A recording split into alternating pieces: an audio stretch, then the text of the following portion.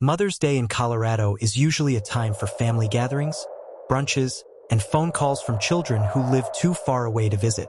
For Suzanne Morphew, May 10, 2020, was supposed to be a quiet day at home in Chaffee County. Her daughters, Mallory and Macy, had gone camping with friends. Her husband, Barry, claimed he was away on a work trip in Denver. Suzanne, a devoted mother and beloved friend, loved the outdoors. A bike ride on a sunny day was nothing unusual for her. But that Sunday afternoon, when neighbors noticed her bike abandoned near the roadside and Suzanne nowhere in sight, alarm bells began to ring.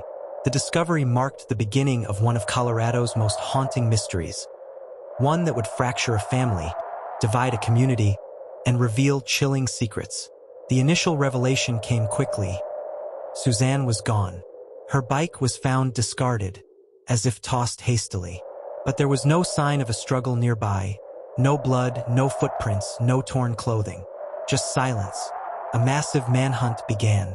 Search teams scoured the mountainsides, drones buzzed over forests, and divers probed rivers and reservoirs. The community held prayer vigils, clinging to the hope that Suzanne had simply gotten lost or injured. But as days turned to weeks, hope dimmed. The focus shifted inward onto her family. Barry Morphew, the husband who had once been viewed as a loving partner and respected figure, began to draw suspicion. His alibi, a last-minute trip to Denver for work, seemed oddly timed. His public pleas for Suzanne's safe return appeared strained, rehearsed. And while he insisted he had nothing to hide, whispers in the community grew louder. Was Barry involved in his wife's disappearance? The investigation into Suzanne's disappearance quickly unraveled into a web of contradictions, forensic puzzles, and a prosecution that struggled to keep its footing. Detectives discovered troubling digital breadcrumbs. Suzanne had been texting a friend about her failing marriage. She confided that Barry was controlling, jealous, and volatile. Her messages painted the picture of a woman preparing to leave. Barry, on the other hand, presented himself as a desperate husband, offering theories about wild animals or random kidnappers. But investigators weren't convinced. The bike appeared staged, as though it had been placed intentionally. And despite Barry's insistence that he had been in Denver, cell phone data and vehicle tracking suggested inconsistencies. By May 2021, a year after Suzanne vanished, prosecutors made their move.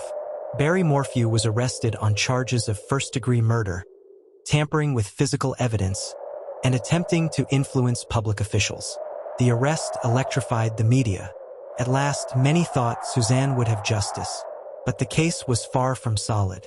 The prosecution leaned heavily on circumstantial evidence. Barry's shifting alibi, Suzanne's texts about marital problems, and the suspicious staging of her bike. Yet, glaring weaknesses remained. There was no body, no definitive cause of death, and no smoking gun tying Barry to the crime. When the trial began in 2022, the cracks widened. The defense tore into the state's case, highlighting sloppy evidence collection and speculative leaps. Key witnesses faltered under cross-examination. The jury, it seemed, was being asked to convict on shadows and theories rather than proof. Then came the blow. The judge dismissed the case.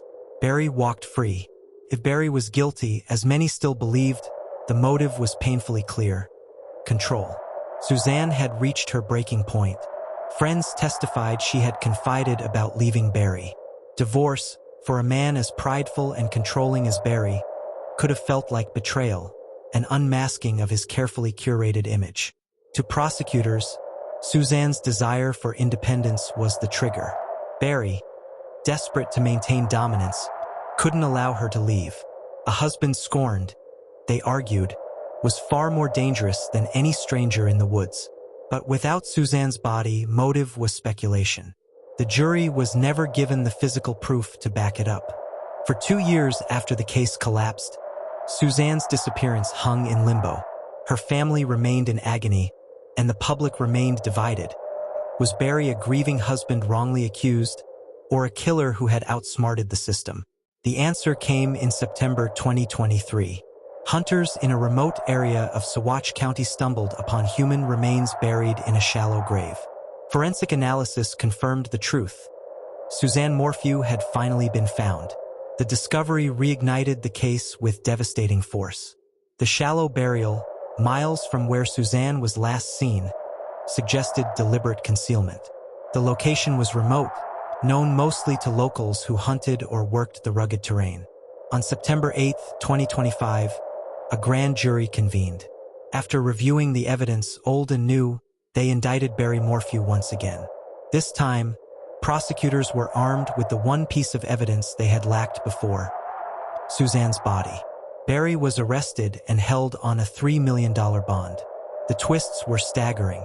A husband once freed was now accused again. A community once divided was forced to relive its darkest days. And Suzanne's daughters, caught between grief and loyalty, faced the unbearable task of reconciling the father who raised them with the man accused of killing their mother. The saga of Suzanne Morphew is not just a tale of crime. It is a story of betrayal, broken trust, and a community forced to confront uncomfortable truths. The emotional toll is most acute for Suzanne's daughters. To lose a mother is devastating. To face the possibility that their father is responsible is almost unimaginable. Their lives are forever marked by that Mother's Day, when they left for a camping trip and returned to a nightmare. For investigators, the case has been a brutal reminder of the fragility of justice. The botched first prosecution left scars on the credibility of law enforcement, on the faith of the community, and on the family desperate for closure. But the recovery of Suzanne's body has breathed new life into the pursuit of accountability. As Barry awaits trial once again, one truth endures: Suzanne's story is no longer just about her disappearance. It is about a fight for justice that has stretched across years, a cautionary tale about the perils of circumstantial cases, and a chilling reminder that sometimes the greatest dangers come from within the home. The confession may never come, but Suzanne's shallow grave in the wilderness has spoken louder than words.